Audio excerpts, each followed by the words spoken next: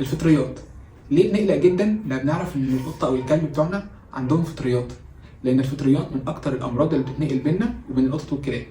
طيب، في حد هيسالني ويقول لي ليه الفطريات مقلقه مع ان هي موجوده بشكل طبيعي على ايدينا وعلى جسمنا وعلى جسم القطط والكلاب؟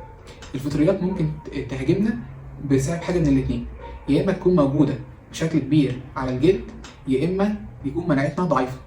طيب، ايه الاعراض اللي لو شفتها على القطه او الكلب بتاعي اشك ان هو عنده فطريات؟ اول حاجه ان شعره يكون بيقع بشكل كبير.